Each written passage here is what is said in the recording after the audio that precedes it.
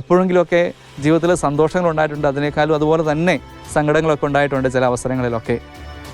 പക്ഷേ ദൈവം നമ്മളെ ഇങ്ങനെ കരം പിടിച്ച് കൂടെ നിന്ന് നടത്തുന്ന ഒരു വലിയ വഴി, അത് ഭയങ്കര ഒരു ഫീലാണ്. ദൈവങ്ങളെക്കുറിച്ച് ചിന്തിക്കുമ്പോൾ എനിക്ക് തോന്നുന്നൊരു കാര്യം അതാണ്. ആരാലും അറിയപ്പെടാതെ കിടന്ന ഒരു മനുഷ്യനെ ദൈവം വിളിച്ചിട്ട് ദൈവം ഇവിടെ കൊണ്ടുവന്ന് നമ്മളെ എല്ലാവരുടെയും കൂടെ കഴിവുള്ളവനാക്കിയിട്ട് ദൈവം പറഞ്ഞു വിടുകയാണ് ദൈവത്തെക്കുറിച്ച് പ്രഘോഷിക്കാനായിട്ട്. 10 വർഷത്തെ പൗരോഹിത്യ ജീവിതത്തിൻ്റെ അവസാനം അച്ഛാ സന്തോഷമാണോ എന്ന് ചോദിച്ചു കഴിഞ്ഞാൽ ഞാൻ സത്യം പറഞ്ഞാൽ തമ്പുരാൻ്റെ കൂടെ എൻജോയ് ചെയ്യുക.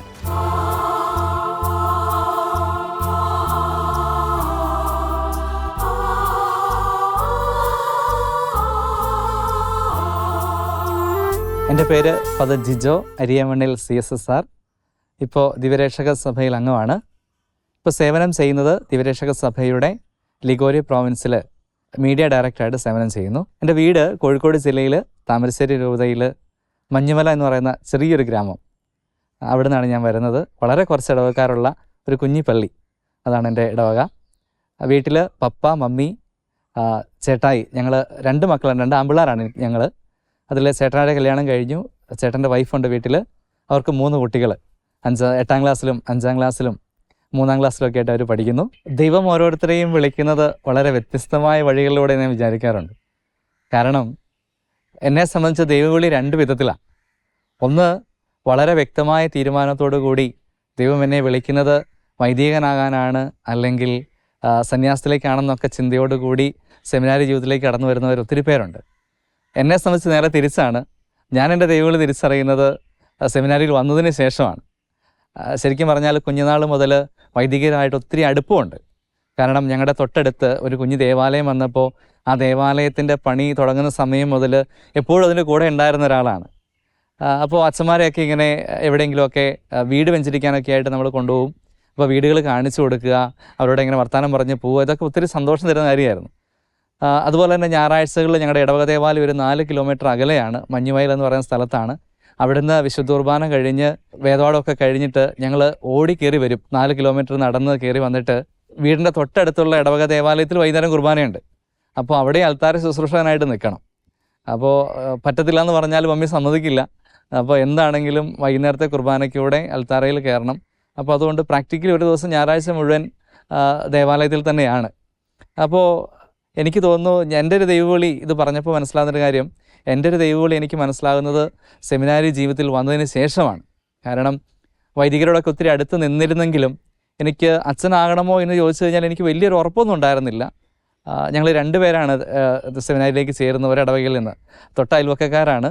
ഇന്ന് 2 പേരും വൈദികരാണ്. ഒരു ദിവസം തന്നെ പട്ടം സ്വീകരിച്ച 2 പേരും വൈദികരാണ്, ഒരേ സഭയിൽ തന്നെ. അതൊത്തിരി സന്തോഷം പകരുന്ന കാര്യമാണ്. ബഹുമാനപ്പെട്ട സിജോ കല്ലമാക്കലച്ചൻ എന്ന് പറയും, അച്ഛനിപ്പോൾ ന്യൂസിലൻഡിൽ സേവനം ചെയ്യുന്നു. അപ്പോൾ എൻ്റെ ഒരു ദൈവവിളിയുടെ തുടക്കമൊക്കെ പറഞ്ഞാൽ ഇങ്ങനെയാണ്. അതായത് നമ്മുടെ സെമിനാരിൽ വന്നതിന് ശേഷമാണ് ഞാൻ എൻ്റെ ദൈവവിളി തിരിച്ചറിയുന്നത്.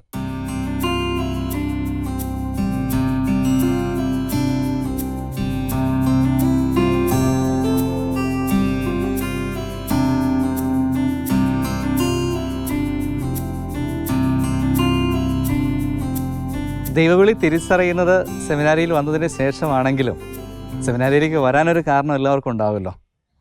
എന്നെ സംബന്ധിച്ച് അത് വളരെ പ്രധാനപ്പെട്ട ഒരു കാര്യം തന്നെയായിരുന്നു. കാരണം ഞാൻ പറഞ്ഞു, വീട്ടിൽ പപ്പയും മമ്മിയും ചേട്ടനും പിന്നെ ചേട്ടൻ്റെ വൈഫും 3 കുട്ടികളും. അപ്പോൾ ഞങ്ങൾ 2 ആമ്പിള്ളേരായിരുന്നു വീട്ടിൽ. എനിക്ക് ഓർമ്മ വെക്കുന്ന കാലം മുതൽ തന്നെ പപ്പയ്ക്ക് വയ്യാത്തൊരാളായിരുന്നു. പപ്പയ്ക്ക് അവസ്മാര രോഗിയായിരുന്നു പപ്പ. അതുകൊണ്ട് തന്നെ ഞാൻ കാണുമ്പോൾ നാൾ മുതൽ എവിടെ പോയാൽ ആൾ വീണിട്ട് എപ്പോഴും നെറ്റിയിൽ സ്റ്റിച്ചും കാര്യങ്ങളൊക്കെ ഉണ്ടാവും. അപ്പോൾ ഞങ്ങളെ ഒന്ന് സ്കൂളിൽ കൊണ്ടുപോകാൻ പോലും പപ്പയ്ക്ക് പറ്റത്തില്ല. കാരണം മമ്മിക്ക് ധൈര്യമായിട്ട് ഞങ്ങളെ കൊടുത്തു വിടാൻ പറ്റത്തില്ല. കാരണം എവിടെ പോയാലും ഉരുണ്ട് വീഴുന്നത് കൊണ്ട് ഭയങ്കര പ്രശ്നമാണ്. അപ്പോൾ ഒരിക്കൽ പോലും പപ്പ ഞങ്ങളെ ഇങ്ങനെ സ്കൂളിലേക്കൊന്നും കൊണ്ടുപോയിട്ടില്ല. പപ്പ അങ്ങനെ യാത്രകളും കുറവാണ്, കാരണം എവിടെ പോയാലും വീഴുന്നതുകൊണ്ട്. അങ്ങനെ ഇരിക്കുമ്പോൾ എനിക്കറിയില്ല, ഇന്നും അറിയില്ല ആരാ എന്നെന്ന് എനിക്കറിയില്ല. കുറച്ച് യുവജനങ്ങൾ വന്നിട്ട് വീട്ടിൽ വന്നിട്ട് ഇങ്ങനെ മമ്മിയോട് പറയുന്നുണ്ട്, ജോസേട്ടനെ നമുക്കൊരു ധ്യാനത്തിന് കൊണ്ടുപോകാമെന്ന് പറയുന്നുണ്ട്. അപ്പോൾ അങ്ങനെ ഈ യൂത്ത് വന്നിട്ട് വീട്ടിൽ പപ്പേനെ ധ്യാനത്തിന് കൊണ്ടുപോവാണ്. അപ്പോൾ മമ്മി ഇങ്ങനെ കുറേ കാര്യങ്ങൾ പറയുന്നുണ്ട്, പുള്ളിയുടെ കൂടെ നിൽക്കാൻ ആൾക്കാർ വേണം, അപ്പോൾ അത് ഞങ്ങൾക്കിപ്പോൾ എല്ലാവർക്കും കൂടെ വരാൻ പറ്റത്തില്ല, കുഞ്ഞുങ്ങളെ ഇട്ടിട്ട് വരാൻ പറ്റത്തില്ല. അവർ പറഞ്ഞു കുഴപ്പമില്ല ചേച്ചി, ഞങ്ങൾ കൊണ്ടുപോയിക്കോളാം, ചേച്ചി ഒന്നുകൊണ്ട് ബുദ്ധിമുട്ടുണ്ട്, ഞങ്ങൾ കൊണ്ടുപോയിക്കോളാം എന്നൊക്കെ പറഞ്ഞ് അവർ കൊണ്ടുപോവാണ് ധ്യാനത്തിന്. ഈ ധ്യാനത്തിന് കൊണ്ടുപോയിട്ട് തിരിച്ചു വന്നതിന് ശേഷം പിന്നീട് ഒരിക്കലും പപ്പ വീണിട്ടില്ല എന്നുള്ളതാണ്. എന്നെ സംബന്ധിച്ച് ദൈവം ഇത്ര അടുത്ത് ഇടപഴകുന്ന വേറൊരു അനുഭവം എനിക്ക് വേണ്ട. കാരണം അത്രയും പ്രിസൈസായിട്ട് ദൈവം ഇടപെട്ട ഒരു കാര്യം എൻ്റെ ജീവിതത്തിൽ ഉണ്ടാകുകയാണ്. മമ്മിയുടെ അമ്മയ്ക്ക് ക്യാൻസറുള്ള ആളായിരുന്നു. പക്ഷേ അമ്മ മരിക്കുന്നത് ക്യാൻസർ കൊണ്ടല്ല. അമ്മ മരിക്കുന്ന സമയത്ത് അമ്മയ്ക്ക് ക്യാൻസർ ഇല്ലെന്ന് ഡോക്ടർ തെളിവ് പറയാം. അപ്പോൾ എന്നെ സംബന്ധിച്ച് ഒത്തിരി അനുഭവങ്ങൾ ദൈവം ഇങ്ങനെ കൂടെ നിൽക്കുന്നതിൻ്റെയും കൈപിടിച്ച് നടത്തുന്നതിൻ്റെയും അല്ലെങ്കിൽ അത്ഭുതങ്ങൾ പ്രവർത്തിക്കുന്നതിൻ്റെയൊക്കെ വലിയ തെളിവ് എൻ്റെ ജീവിതത്തിൽ തന്നെയുണ്ട്. അപ്പോൾ അതുകൊണ്ട് ദൈവം ഉണ്ടോ അല്ലെങ്കിൽ ദൈവം നമ്മളെ നയിക്കുന്നുണ്ടോ വഴി നടത്തുന്നുണ്ടോ എന്നുള്ള ചോദ്യത്തിനോട് പ്രസക്തിയേ ഇല്ല. കാരണം ഞാൻ എൻ്റെ ജീവിതത്തിലൂടെ അനുഭവിച്ചൊരു കാര്യമാണ്. അപ്പോൾ അതുകൊണ്ട് തന്നെ എൻ്റെ ഉള്ളിൻ്റെ ഉള്ളൊരു ചിന്തയുണ്ട്, ഇത്രയും അനുഗ്രഹങ്ങൾ ചൊരിഞ്ഞൊരു ദൈവത്തിന് ഞാൻ എന്താണ് കൊടുക്കുക. അതെന്നെ ചെറുപ്പം മുതലേ ഇങ്ങനെ ചിന്തിപ്പിക്കുന്നൊരു കാര്യമാണ്. ഇത്രയും അനുഗ്രഹങ്ങൾ എൻ്റെ അപ്പന് ഒരു വിധത്തിലും പിന്നീട് ഒരിക്കലും അപ്പം വീണിട്ടില്ല എന്നുള്ളതാണ്. മരുന്നുകളൊക്കെ ഉണ്ടെങ്കിൽ പോലും ഒരിക്കൽ പോലും പിന്നീട് അപ്പം വീണിട്ടില്ല. ഇപ്പോൾ ഈ പറയുന്ന സമയത്ത് പോലും അപ്പം ഇങ്ങനെ ആ ഒരു ബുദ്ധിമുട്ടേ ഇല്ല.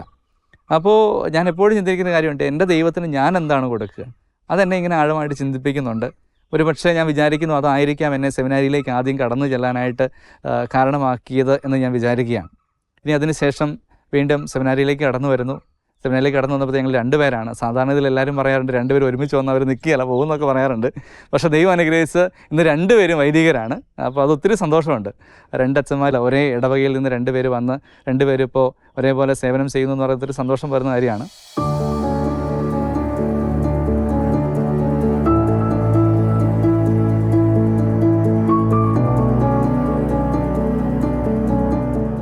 ഞാൻ സെമിനാരിലേക്ക് വരിക എന്ന് പറയുന്നത് വീട്ടുകാരെ സംബന്ധിച്ച് അത്രയും അക്സെപ്റ്റ് ചെയ്യാൻ പറ്റുന്നൊരു കാര്യമായിരുന്നില്ല.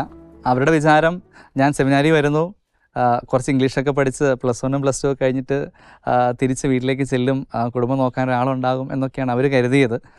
എനിക്കും പോരുമ്പോൾ വലിയൊരു ചിന്തയൊന്നും ഇല്ലായിരുന്നു, ഞാനൊരു വൈദികനായിട്ട് തിരിച്ചു ചെല്ലുമെന്നൊന്നും എനിക്കൊരു ചിന്തയില്ലായിരുന്നു. പക്ഷേ ദൈവം നടത്തിയ വഴികൾ വളരെ വ്യത്യസ്തമായിരുന്നു എന്ന് ഞാൻ ആദ്യം പറഞ്ഞതുപോലെ തന്നെ എൻ്റെ ഓരോ ദിവസങ്ങളും ദൈവത്തിൻ്റെ കരങ്ങളിലായിരുന്നു. കാരണം സെമിനാരിയിൽ വന്നതിന് ശേഷം ഇവിടെ വന്നു കഴിഞ്ഞപ്പോഴത്തേക്ക് ഒത്തിരി പേരുണ്ട്, 10-28 പേരുണ്ട്. കളി പൊതുവെ ഇഷ്ടമായിരുന്നതുകൊണ്ട്, വോളിബോൾ ഭയങ്കര ഇഷ്ടമായിരുന്നതുകൊണ്ട് ഇവിടെ വന്നപ്പോൾ ഏറ്റവും കൂടുതൽ ആസ്വദിച്ചതും വോളിബോൾ കളിയാണ്. അപ്പോൾ ട്രെയിൻ ചെയ്യാൻ ആൾക്കാരുണ്ടായിരുന്നു. അപ്പോൾ ആളുകളുടെ കൂടെയൊക്കെ പോയി. അവിടെ ഒരു ദൈവവിളിയുടെ ആഴമോ ഒന്നും എനിക്ക് അന്നേരം ഒന്നും മനസ്സിലായില്ല. പക്ഷേ എന്നെ ഏറ്റവും അധികം സ്വാധീനിച്ചത് ഈ സഭയിലെ വൈദികരുടെ ഒരു ഡെഡിക്കേഷൻ. അതെനിക്ക് പറയാതിരിക്കാൻ പറ്റത്തില്ല. കാരണം വീട്ടിൽ നിന്ന് മാറി നിൽക്കുമ്പോൾ സ്വമേധയെ നമുക്ക് തോന്നുന്നൊരു ബുദ്ധിമുട്ടുണ്ടല്ലോ, അതെനിക്കും തോന്നിയിരുന്നു. ഇവിടെ വന്ന് 1-2 ദിവസം കഴിഞ്ഞപ്പോഴത്തേക്ക് ഭയങ്കര ഒരു ബുദ്ധിമുട്ടൊക്കെ തോന്നി. പക്ഷേ ആ സമയത്ത് അപ്പനെപ്പോലെ അമ്മയെപ്പോലെ ചേർത്ത് പിടിച്ച നല്ല ഗുരുഭൂതർ ഈ സഭയിലുണ്ടായിരുന്നു എന്നുള്ളതാണ് നമ്മളെ ഏറ്റവും സ്വാധീനിച്ചൊരു കാര്യം. എനിക്ക് പിന്നോട് അവരോട് നോ പറയാൻ പറ്റാത്ത അല്ലെങ്കിൽ അവരോട് പറയാൻ പറ്റാത്ത ഒരു സങ്കടങ്ങളും ഇല്ലായിരുന്നു.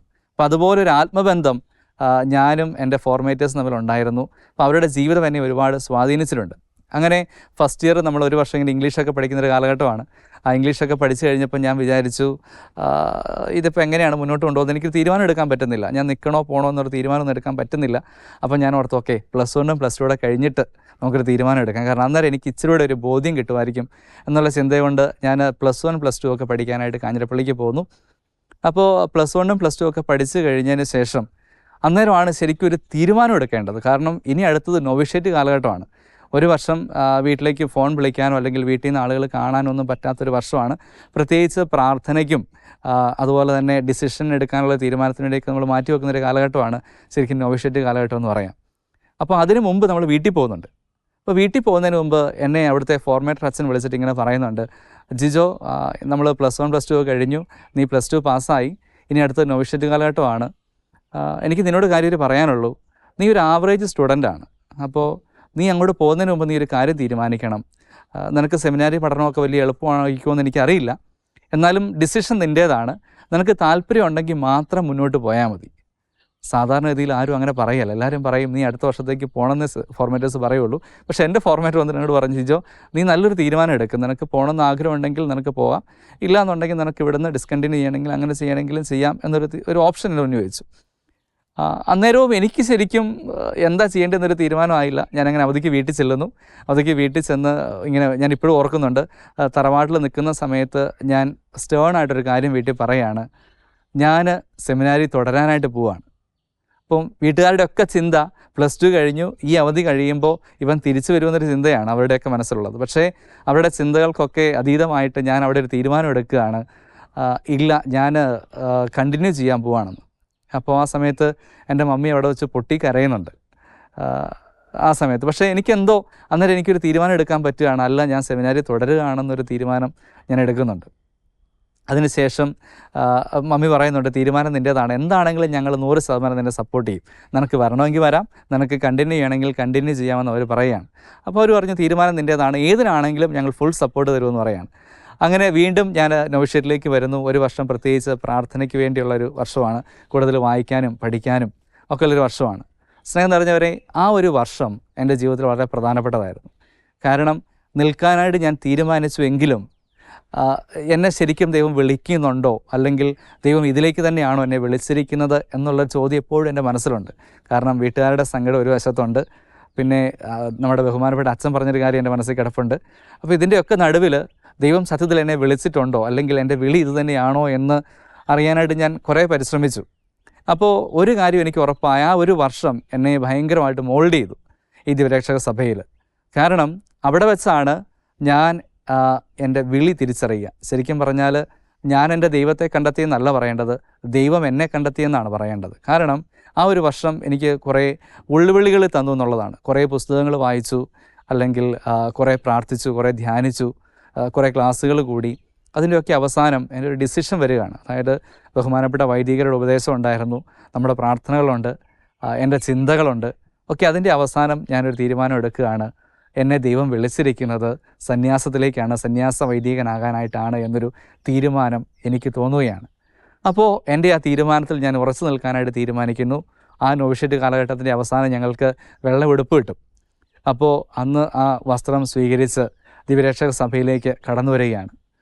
അന്ന് മുതൽ പിന്നീട് ഇങ്ങോട്ട് ഒരിക്കലും എൻ്റെ വിളി ഇതാണോ എന്ന് എനിക്ക് തിരിഞ്ഞു നോക്കേണ്ട ഒരു അവസ്ഥ ഉണ്ടായിട്ടില്ല. കാരണം ജീവിതത്തിൽ സങ്കടങ്ങൾ ഉണ്ടായിട്ടില്ല എന്നതിനർത്ഥമില്ല കേട്ടോ. എപ്പോഴെങ്കിലുമൊക്കെ ജീവിതത്തിൽ സന്തോഷങ്ങൾ ഉണ്ടായിട്ടുണ്ട്, അതിനേക്കാളും അതുപോലെ തന്നെ സങ്കടങ്ങളൊക്കെ ഉണ്ടായിട്ടുണ്ട് ചില അവസരങ്ങളിലൊക്കെ. പക്ഷേ ദൈവം നമ്മളെ ഇങ്ങനെ കരം പിടിച്ച് കൂടെ നിന്ന് നടത്തുന്ന ഒരു വലിയ വഴി, അത് ഭയങ്കര ഒരു ഫീലാണ്. കാരണം അച്ഛനായി കഴിഞ്ഞ് കഴിയുമ്പോഴത്തേക്ക് നമുക്കറിയാം, നമ്മൾ ധ്യാനങ്ങൾക്കൊക്കെ പോകുന്നു, അല്ലെങ്കിൽ ഇടവകയിൽ സഹായിക്കാൻ പോകുന്നു. അത് നമ്മുടെ ഒരു കഴിവൊന്നുമല്ല, ദൈവം നമ്മളെ നടത്തുന്നതാണ്. നമ്മൾ നിന്ന് കൊടുത്താൽ മതി, ദൈവം നമ്മളെ നടത്തിക്കോളും. ദൈവം പറയുന്നുണ്ട്, നിന്നെക്കുറിച്ചൊരു പദ്ധതി എൻ്റെ മനസ്സിലുണ്ട്, നിൻ്റെ നാശത്തിനുള്ളതല്ല, നിൻ്റെ ക്ഷേമത്തിനുള്ളതാണെന്ന് പറയുന്നുണ്ട്. നമ്മൾ നിന്ന് കൊടുക്കാൻ തയ്യാറായ ദൈവം വഴി നടത്തും. നമ്മളെക്കുറിച്ച് ദൈവത്തിന് വ്യക്തമായ പ്ലാനുണ്ട്, പദ്ധതിയുണ്ട്. നമ്മളായിട്ടൊന്നും ചെയ്യേണ്ട, നിന്ന് കൊടുത്താൽ മാത്രം മതി. ദൈവം വിശ്വസ്തയോടെ നമ്മളെ കരുതും. അപ്പോൾ അതിൻ്റെ ഏറ്റവും വലിയ മനോഹരതയാണ് എൻ്റെ സെമിനാരി ജീവിതത്തിലേക്ക് ഞാൻ തിരിഞ്ഞു നോക്കും. പിന്നീട് ഒരിക്കലും പഠന സമയത്തോ, അല്ലെങ്കിൽ പട്ടം കിട്ടിയിട്ട് ഇപ്പോൾ ഏകദേശം 10 വർഷത്തോളമായി, ഈ ഒരു സമയം വരെ ദൈവമേ ഇത് തന്നെയായിരുന്നോ എൻ്റെ വിളി എന്ന് പിന്നെ ഒരിക്കലും എനിക്ക് ചിന്തിക്കേണ്ടതായിട്ട് വന്നിട്ടില്ല. കാരണം അത്രമാത്രം ശക്തമായിട്ട് ദൈവം എന്നെ ഓരോ ദിവസവും വഴി നടത്തുന്നുണ്ട് എന്ന് എനിക്ക് മനസ്സിലാകുന്നുണ്ട്.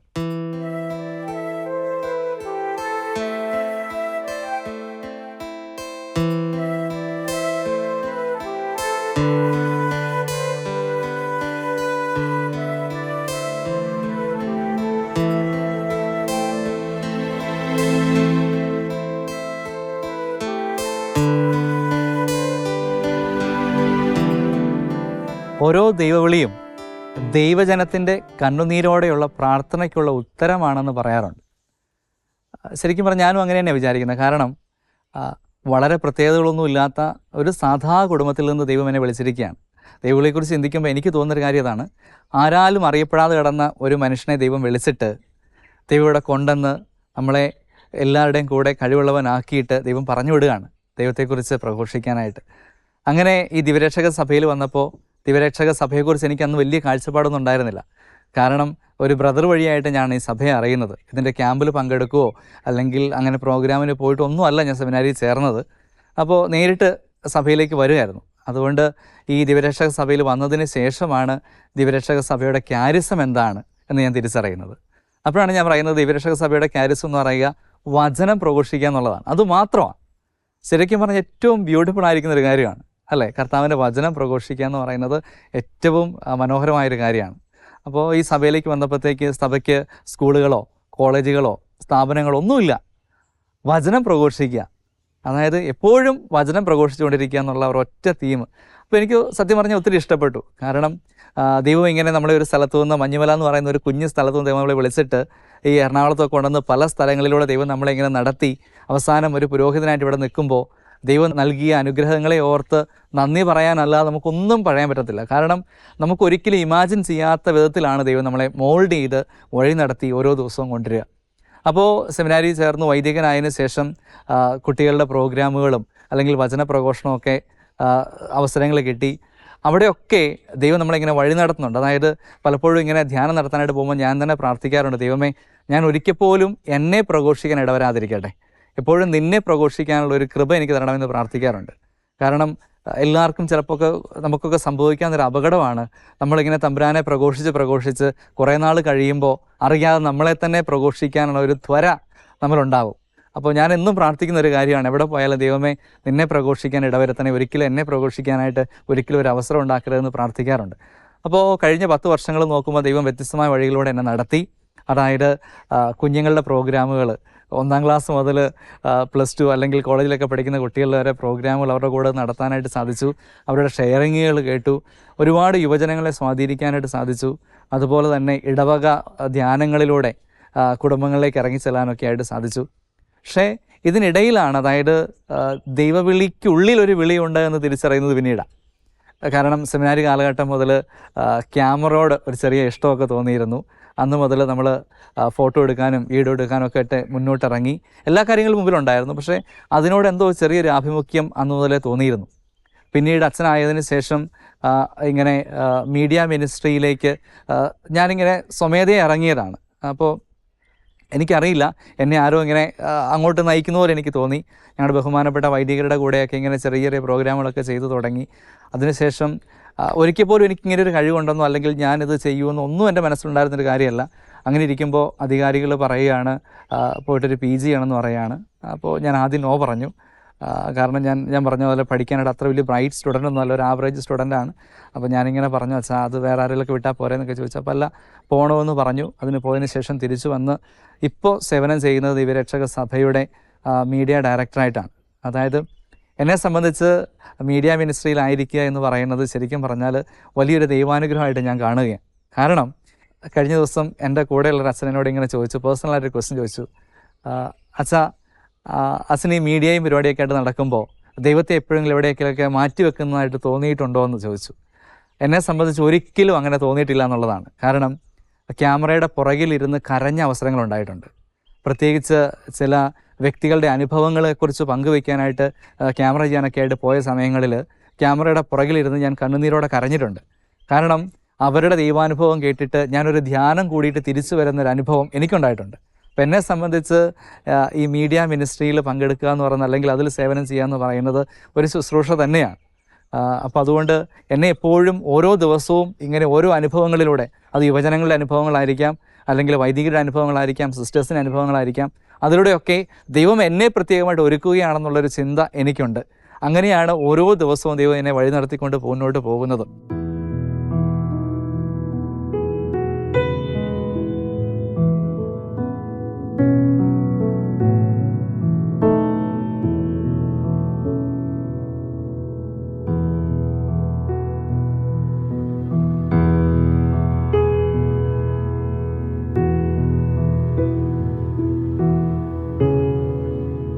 മൺപാത്രത്തിൽ ഒളിച്ച നിധിയാണ് പൗരോഹിത്യം എന്ന് പറയാറുണ്ട്. എന്നെ സംബന്ധിച്ച് അത് 100% സത്യമാണ്. കാരണം അർഹതയില്ലാഞ്ഞിട്ടും ദൈവം വെച്ച് നീട്ടിയ ഒരു ദാനമാണ് എന്നെ സംബന്ധിച്ച് ഈ പൗരോഹിത്യം എന്ന് പറയുന്നത്. കാരണം പറയത്തക്ക വലിയ കുടുംബമഹിമയോ അല്ലെങ്കിൽ വലിയ കഴിവുകളോ ഒന്നും ഇല്ലാതിരുന്നിട്ടും തമ്പുരാൻ വിളിച്ചു ചേർത്തിട്ട് ഇവിടെ കൊണ്ടുവന്ന് ഇന്ന് തമ്പുരാനെ മറ്റുള്ളവർക്ക് വിളമ്പാൻ പറ്റുക എന്ന് പറയുന്നത്, ഇതിൽ കൂടുതൽ സൗഭാഗ്യം ഒരു മനുഷ്യന് എവിടെ നിന്ന് കിട്ടാനാണ്. അപ്പോൾ അത് വലിയൊരു കാര്യം എന്നെ സംബന്ധിച്ച്. അപ്പോൾ തമ്പുരാൻ്റെ ഓരോ ദിവ്യബലി അർപ്പിക്കുമ്പോഴും തമ്പുരാൻ്റെ വലിയ കരുണയെ ഓർത്ത് നന്ദി പറയാനല്ലാതെ നമുക്ക് എന്താ ചെയ്യാൻ പറ്റുന്നത്? കാരണം ഓരോ ബലിയർപ്പണവും തമ്പുരാന് നന്ദി പറയാനായിട്ട് ഓരോ അവസരങ്ങളായിട്ടാണ് നമ്മൾ കാണുക എപ്പോഴും. അപ്പോൾ അതുകൊണ്ട് തന്നെ വിശുദ്ധ കുർബാന എന്ന് പറയുന്നത് തമ്പുരാൻ ഇങ്ങനെ നമ്മുടെ കരങ്ങളിലൂടെ മറ്റുള്ളവരിലേക്ക് പകുത്തു കൊടുക്കാൻ വേണ്ടി ഓരോ ദിവസവും ഇറങ്ങി വരുന്ന മനോഹരമായ സംഭവം. 2 കാര്യങ്ങളാണ്. ഒന്ന്, തമ്പുരാനെ മറ്റുള്ളവർക്ക് പകുത്തു കൊടുക്കുക. ഒപ്പം തമ്പുരാൻ നമ്മളോട് പറയുന്നൊരു കാര്യമുണ്ട്, നീയും ഇതുപോലെ വിളമ്പപ്പെടേണ്ടവനാണ്, അല്ലെങ്കിൽ മറ്റുള്ളവർക്ക് വേണ്ടി അപ്പമായിട്ട് തീരേണ്ടവനാണെന്നൊരു ഓർമ്മ കൂടി ഈ പറയുന്ന വിശുദ്ധ കുർബാന അർപ്പണത്തിൽ നമ്മെ ഓർമ്മിപ്പിക്കുന്നുണ്ട്. അതെപ്പോഴും ഉള്ളിൻ്റെ ഉള്ളിൽ ഇങ്ങനെ അലതല്ലുന്നുണ്ട്. വിശുദ്ധ കുർബാനയെക്കുറിച്ച് പറയുമ്പോൾ എനിക്ക് ഏറ്റവും സന്തോഷമുള്ള കാര്യമാണ് വിശുദ്ധ കുർബാനയെക്കുറിച്ച് സംസാരിക്കുക എന്ന് പറയുന്നത്. കാരണം കൂദാശകളുടെ എല്ലാം കൂദാശയാണ് വിശുദ്ധ കുർബാന എന്ന് പറയുക. കാരണം കൂദാശകളുടെ എല്ലാം ഉടയവനായ തമ്പുരാനെ തന്നെ കിട്ടുന്ന കൂദാശയാണ് വിശുദ്ധ കുർബാന. ആ വിശുദ്ധ കുർബാന അർപ്പിക്കാനായിട്ട് നമുക്ക് സാധിക്കുക എന്ന് പറയുന്നത് ഏറ്റവും മനോഹരമായൊരു കാര്യമല്ലേ. അപ്പോൾ തമ്പുരാൻ്റെ അവർണ്ണനീയമായ ദാനത്തിന് നന്ദി പറയാനായിട്ട് കിട്ടുന്ന ഏറ്റവും മനോഹരമായ ഒരവസരമാണ് വിശുദ്ധ കുർബാന. അപ്പോൾ അതുകൊണ്ട് ആ വിശുദ്ധ കുർബാന എന്നെ സംബന്ധിച്ച് ദൈവം നൽകിയ അനുഗ്രഹങ്ങൾക്ക് നന്ദി പറയാൻ കിട്ടുന്ന ഏറ്റവും മനോഹരമായ അവസരമാണ്. ഞാനതൊരിക്കലും നഷ്ടപ്പെടുത്താറില്ല എന്നുള്ളതാണ് സത്യം.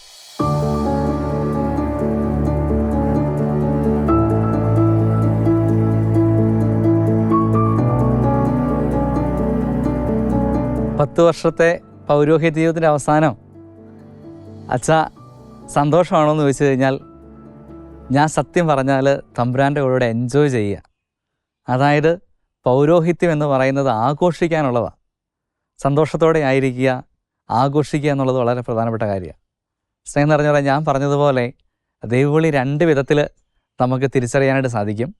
ഒന്നെങ്കിൽ നമ്മൾ വ്യക്തമായ ബോധ്യത്തോടു കൂടി തമ്പുരാൻ എന്നെ വിളിച്ചിരിക്കുന്നത് സന്യാസ വൈദിക ജീവിതത്തിലേക്കാണെന്ന് തിരിച്ചറിഞ്ഞിട്ട് ചിലപ്പോൾ ജോലിയൊക്കെ ഉപേക്ഷിച്ച് നമ്മൾ സെമിനാരിയിലൊക്കെ വന്ന് ചേരാറുണ്ട്. ഇനി ചിലർക്ക് വ്യക്തമായ ബോധ്യമില്ല, അറിവില്ല, തമ്പുരാൻ എന്നെ വിളിക്കുന്നുണ്ടോ, സന്യാസ ജീവിതത്തിലേക്കാണോ അല്ലെങ്കിൽ വൈദിക ജീവിതത്തിലേക്കാണോ എന്നെ വിളിക്കുന്നതെന്ന് ബോധ്യമൊന്നുമില്ല. ഉറപ്പില്ലാത്തതുകൊണ്ട് ചിലപ്പോൾ ഈ സെമിനാരിയിൽ ചേരാനായിട്ട് മടി കാണിക്കുന്നവരൊക്കെ ഉണ്ടാകാം. അപ്പോൾ അവരെക്കുറിച്ച് എനിക്ക് പറയാനുള്ള ഒറ്റ കാര്യമുള്ളൂ, മക്കളെ ധൈര്യമായിട്ട് ചേർന്നു. കാരണം കർത്താവിന് നിന്നെക്കുറിച്ചൊരു പദ്ധതി ഉണ്ടെങ്കിൽ കർത്താവ് അത് നടത്തിയിരിക്കും. നമ്മൾ എത്ര നോ പറഞ്ഞാലും, നമ്മൾ എത്ര മാറ്റി നിർത്തിയാലും കർത്താവിൻ്റെതായ വഴികളുണ്ട്. നമ്മൾ നിന്ന് കൊടുത്താൽ മാത്രം വഴി ആ വഴികളിലൂടെ തമ്പുരാൻ നമ്മളെ നടത്തിക്കൊണ്ട് പോകും. അപ്പോൾ അതുകൊണ്ട് ആർക്കെങ്കിലുമൊക്കെ ഇത് തന്നെയാണോ എൻ്റെ വിളി എന്ന് സംശയമുണ്ട്, എനിക്ക് ഉറപ്പില്ലാതെ ഞാൻ സെമിനാരിയിലേക്കാണ് വരുന്നതെങ്കിലും പേടിക്കണ്ടെന്നേ, കർത്താവ് കൂടെയുണ്ട്, അവൻ നടത്തിക്കോളും. ഓരോ വഴികളും ഓരോ ദിവസങ്ങളും മനോഹരമായിട്ട് കൊണ്ടുപോകും. ഞാൻ പറഞ്ഞില്ല, എൻ്റെ 12 വർഷത്തെ സെമിനാരി ജീവിതം എത്ര പെട്ടെന്നാണ് കടന്നുപോയെന്ന് ഞാൻ ആലോചിക്കാറുണ്ട്. കാരണം എല്ലാവരും ചോദിക്കാറുണ്ട്, 12 വർഷമോ? 12 വർഷം എന്ന് പറയുമ്പോൾ കേൾക്കുമ്പോൾ ഒത്തിരി ഉണ്ടെങ്കിലും വർഷങ്ങളൊക്കെ പെട്ടെന്നാണ് കടന്നു പോകുന്നത്. 12 വർഷങ്ങൾ. കാരണം ഓരോ ദിവസവും ദൈവം നിങ്ങളെ ഇങ്ങനെ കൈപിടിച്ച് നടത്തുന്ന ഒരു അനുഭവം ഉണ്ടായി കഴിയുമുണ്ടല്ലോ, ദിവസങ്ങളും മാസങ്ങളും ഒക്കെ നിമിഷ നേരം കൊണ്ട് കടന്നു പോകുന്നവർ നമുക്ക് തോന്നാറുണ്ട്.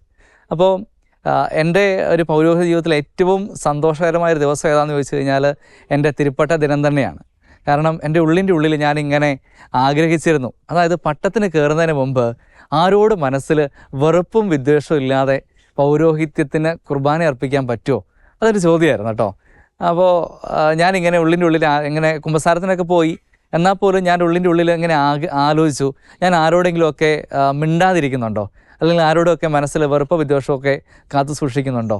അപ്പോൾ അതൊക്കെ എല്ലാവരോടും പോയി ഇന്ന് മിണ്ടി വളരെ ഫ്രീ ആയിട്ട്. സന്യാസ ജീവിതത്തിൽ അങ്ങനെയാണ് കേട്ടോ. അതായത് നമ്മൾ ബാങ്കിൽ 1 രൂപ പോലും കടം ഉണ്ടാകാൻ പാടില്ല, അല്ലെങ്കിൽ നീക്കിയിരിപ്പ് ഉണ്ടാകാൻ പാടില്ല എന്നൊക്കെ പറയാം. എന്ന് പറഞ്ഞതുപോലെ പൗരോഹിത്യത്തിലേക്ക് പ്രവേശിക്കുമ്പോൾ എനിക്ക് ആരോടും ഒരു വെറുപ്പോ വിദ്വേഷമോ ഇല്ലാതെ ബലിയർപ്പിക്കാൻ പറ്റുമോ എന്ന് എന്നോട് തന്നെ ചോദിച്ചു. എന്നിട്ട് ഞാൻ മേക്ക് ഷുവർ ചെയ്തു, അതായത് എല്ലാവരോടും ഞാൻ പോയി മിണ്ടി, അല്ലെങ്കിൽ ആരോടും എനിക്ക് ഉള്ളിൻ്റെ ഉള്ളിൽ വെറുപ്പോ വിദ്വേഷമൊന്നും ഇല്ല എന്ന് ഉറപ്പ് വരുത്തിയിട്ടാണ് ഞാൻ എൻ്റെ ആദ്യത്തെ ബലിക്കായിട്ട് ഒരുങ്ങിയത്. അത് ഏറ്റവും സന്തോഷം പകരുന്നൊരു കാര്യമാണ്. ഇന്നും അതുപോലെ തന്നെ ബലിയർപ്പണം എപ്പോഴും ആരോടും മനസ്സിൽ വിദ്വേഷമോ വെറുപ്പോ ഇല്ലാതെ ബലിയർപ്പിക്കാനായിട്ട് സാധിക്കുക എന്നുള്ളതും വളരെ പ്രധാനപ്പെട്ട ഒരു കാര്യമാണ്. അതുകൊണ്ട് ഇടയ്ക്കിടയ്ക്ക് ഓടിപ്പോയി കുമ്പസാരിക്കാറുണ്ട്. എപ്പോഴുമൊക്കെ തമ്പുരാൻ്റെ സന്നിധിയിൽ അയോഗ്യതയോടെയാണെന്ന് തോന്നിക്കഴിയുമ്പോൾ അടുത്തുള്ള ആശ്രമങ്ങളിലേക്ക് ഓടിച്ചെന്നിട്ട് കുമ്പസാരത്തിന് അണയാനായിട്ട് ശ്രമിക്കാറുണ്ട്. അപ്പോൾ ഒറ്റ കാര്യമേ പറയാനുള്ളൂ, ദൈവം നമ്മളെ ഇപ്പോഴും വിളിക്കുന്നുണ്ട്. നമ്മൾ നിന്ന് കൊടുക്കാനായിട്ട് തയ്യാറാകാത്തതിൻ്റെ പേരിലാണ് ചിലപ്പോൾ നമ്മുടെ വിളികളെ നമുക്ക് വ്യക്തമായിട്ട് തിരിച്ചറിയാൻ കഴിയാതെ പോകുന്നത്. അപ്പോൾ ഒന്ന് നിന്ന് കൊടുത്താൽ മതി, തമ്പുരാൻ തീർച്ചയായിട്ടും നമ്മളെ വഴി നടത്തും. അവൻ ചുമ്മാ വഴി നടത്തുകയല്ല, വിളിച്ച തമ്പുരാൻ്റെ വിശ്വസ്തതയ്ക്ക് ഒരതിരുമില്ല കേട്ടോ. നമ്മൾ അവിശ്വസ്തരായിരിക്കുമ്പോഴും തമ്പുരാൻ്റെ വിശ്വസ്തതയ്ക്ക് ഒരു കുറവുമില്ല. കാരണം അതിന് ഏറ്റവും നല്ലൊരു ഉദാഹരണം ഞാൻ തന്നെയാണെന്ന് എനിക്ക് തോന്നാറുണ്ട്. നമ്മളെങ്കിലുമൊക്കെ ട്രാക്ക് മാറി പോകുമ്പോൾ ഉണ്ടല്ലോ, തമ്പുരാൻ വേറെ ആരെങ്കിലുമൊക്കെ വഴിയായിട്ട് നമ്മളെ ആ കറക്റ്റ് ട്രാക്കിലേക്ക് കൊണ്ട് നിർത്തും. എന്നിട്ട് അവനിങ്ങനെ തൻ്റെ കാപ്പയുടെ കീഴിൽ ഇങ്ങനെ പൊതിഞ്ഞ് സൂക്ഷിച്ച് നമ്മളെ മുന്നോട്ട് കൊണ്ടുപോകുന്നുണ്ട്. അപ്പോൾ അതെൻ്റെ മഹിമയൊന്നുമല്ല, തമ്പുരാൻ്റെ വലിയ കൃപയാണ്, നമ്മളെ സ്നേഹിക്കുന്നവരുടെ പ്രാർത്ഥനയാണ് എന്ന് ഞാൻ ഉറച്ച് വിശ്വസിക്കുകയാണ്. അപ്പോൾ അതുകൊണ്ട് ദൈവവിളി ഉണ്ടോ ഇല്ലയോ എന്നൊരു സംശയിച്ച് നിൽക്കുന്ന മക്കളൊക്കെ ധൈര്യമായിട്ട് പോരെ സെമിനാരിയിലേക്ക്. ദൈവം നമ്മളെ നടത്തിക്കൊള്ളുന്നേ. സന്തോഷത്തോടെ ആഗ്രഹത്തോടെ ഓരോ ദിവസവും നമുക്ക് മുന്നോട്ട് പോകാം. പൗരോഹിത്യം അത് ആഘോഷിക്കാനുള്ളതാണ്. ഓരോ ദിവസവും അത് ആഘോഷിക്കണം. ഇപ്പോൾ പുത്തൻ കുർബാനയൊക്കെ കഴിഞ്ഞ് വരുന്ന കൊച്ചന്മാരുടെ മുഖത്തേക്ക് നോക്കിയാൽ നമുക്ക് കാണാൻ പറ്റും എന്തൊരു സന്തോഷമല്ലേ. ആ പൗരോഹിത്യം ആഘോഷിക്കാൻ പറ്റുക എന്ന് പറയുന്നത് വളരെ പ്രധാനപ്പെട്ട കാര്യമാണ്. ഇനി ചിലരൊക്കെ ചിന്തിക്കും, ഈ ആധുനിക കാലഘട്ടത്തിൽ അച്ഛൻ ഈ പറയുന്ന കാര്യങ്ങളൊക്കെ എത്രമാത്രം പ്രാവർത്തികമാണ്, നമുക്ക് ആഘോഷിക്കാൻ പറ്റുമോ? നമ്മളെക്കുറിച്ച് കുറ്റം പറയുമ്പോൾ അല്ലെങ്കിൽ മറ്റുള്ളവർ മാറി നിന്ന് പൗരോഹിത്യം മോശമാണെന്ന് പറയുമ്പോൾ നമുക്ക് ആഘോഷിക്കാൻ പറ്റുമോ? പറ്റൂന്നേ, നമുക്ക് ആഘോഷിക്കാൻ പറ്റും. കാരണം എന്നെ വിളിച്ചത് തമ്പുരാനാ. ആ വിളിച്ച തമ്പുരാൻ വിശ്വസ്തനാണ്, അവൻ എന്നും കൂടെയുണ്ട്. നമ്മളെ വഴി നടത്തുന്ന ഉറച്ച ബോധ്യത്തോടുകൂടി നമുക്ക് മുന്നോട്ട് പോകാം. നമ്മുടെ ഈ പൗരോഹിത്യ സന്യാസ യാത്രയിൽ നമുക്ക് തുണയായിട്ട് നമ്മുടെ വീട്ടുകാരുണ്ട്, നമ്മളെ അറിയുന്നവരുണ്ട്, നമ്മളെ പരിചരിക്കുന്നവരുണ്ട്. അവരുടെയൊക്കെ പ്രാർത്ഥന നമുക്ക് തുണയായിട്ടുണ്ടാവും എന്ന് ഉറച്ച് വിശ്വസിക്കുക. തമ്പുരാൻ വഴി നടത്തും. ആമേൻ. യേശുവേ, നിന്നെ എൻ്റെ നാഥനായി സ്വീകരിക്കുന്നു.